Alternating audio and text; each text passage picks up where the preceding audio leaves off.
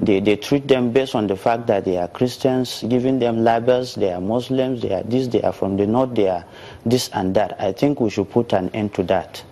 So are you comforted then when you hear, or, from the governor that, they're going to be treating this attacks as criminality, and as such, people who perpetrate them will be brought to book? Do you have confidence in those words? I don't. I think, as I have said to him personally and on the pages of newspapers, there is need for collaboration, because he seems to be fighting everybody and everybody seems to be fighting him. But I think opinion leaders, stakeholders, religious leaders, political leaders, all of them have to come together to see the way of escape out of this problem that we have found ourselves. So it is not enough to make a declaration about the issue. I think there is need for him to collaborate with them, even if they happen to be his worst enemies, for us to find a way out of this mess that we have found ourselves. If you say religion is at the heart of this, how come this was showing up as, farmer and herdsman crisis on the one hand, and a settler and indigent dichotomy on the other hand? I don't think that issue should be invoked, clearly, because we have Igbos, we have Yorubas who have lived with us. Some of them, we only grew up to see them, we are born to see them, and they have been living peacefully. So I think, as I have said, the issue is not about settler, indigent problems. You do not agree that it is? No, it is not. It is not. It might just be a minute part of the problem, but it is not. Totally, it is not. Okay. What about the farmer and herdsman part of it? Yeah, that is there. But I think what the government needs to do is, I said dialogue. Dialogue is at the heart of it. We need to dialogue. We need to sit down. We need to understand what the issues are. Clearly, because I come from an ethnic minority that Bishop Kuka calls the minor minority, namely the Kulu nationality. If you go there, we have the largest grazing reserve, namely the Laduga grazing reserve. But to an extent, I would say that we have been living peacefully with some of these Fulanis that we grew up to see. But quite unfortunately, now there are other Fulanis who have come from other places that we actually don't know, and they have settled in Laduga, and Laduga has become like the incubator that has continued to hatch all sorts of criminals parading as Fulanis in southern Kaduna. Even the Fulanis that we have lived with in the last 50 years are not comfortable. They are not out of this problem because they have suffered a lot as well. They have been cattle rustling, they have been kidnapping of their children, and they have paid the ransom and so on. So I think it's not, if we are talking about the Fulanis generally, we should be able to make a distinction between the Fulanis we have lived peacefully with in the last 50 years and those strangers that came from nowhere. So you are also convinced that those who are committing this are coming from the outside? I don't know their identity, but what I know, at least the governor has said that, and to the extent that he said he has paid them not to come back and kill the people of southern Kaduna. So I think he has clued us into that.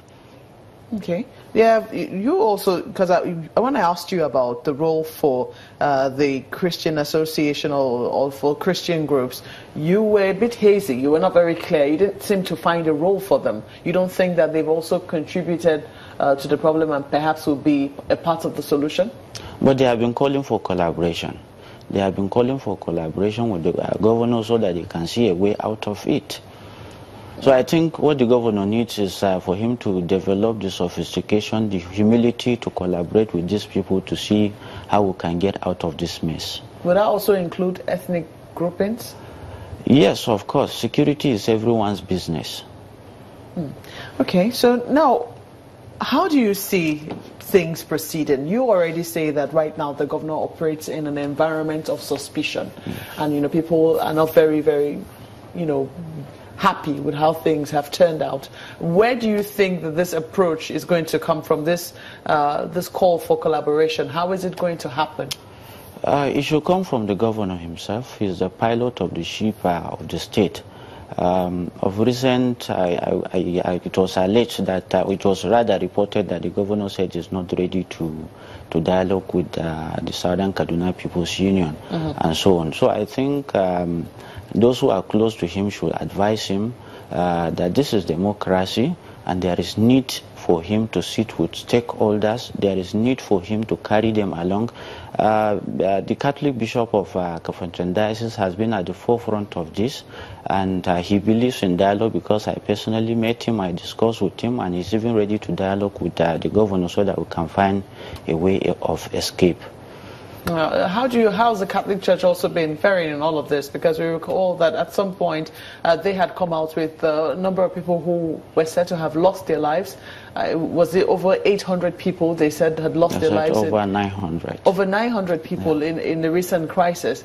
And that was disputed by the Inspector General of Police, who said it was political. So how were they able to resolve that? No, the issue is not about the quantity of people who have lost their lives. It is about the worth of the human person. Whether it's one person, whether it's two, it's not about quantity. It's about the worth of the human person. People are dying, and nobody has lost his job. Nobody has been convicted, and things like that. I think we need to confront the issue as it is. It is true that people are dying, but do you think that, if that is not the number of people who have died, should we come out and say that's the number of people who have died?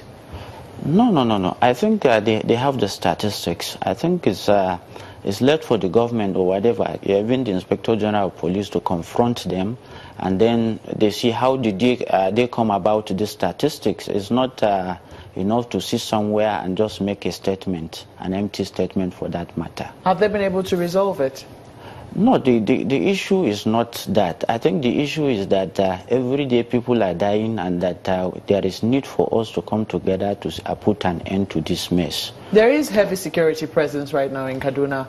Would there also be distrust amongst the people and the security agencies? Are they making a difference to the lives of people in southern Kaduna more specifically?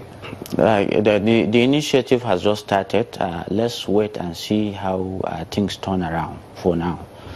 Are you positive that it will make a difference? No, but to put an end to this issue is not largely about the presence of soldiers.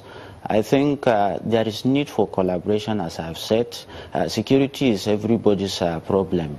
A government that fails to protect the lives and property of its citizens has no legitimacy, lacks the legitimacy to exist.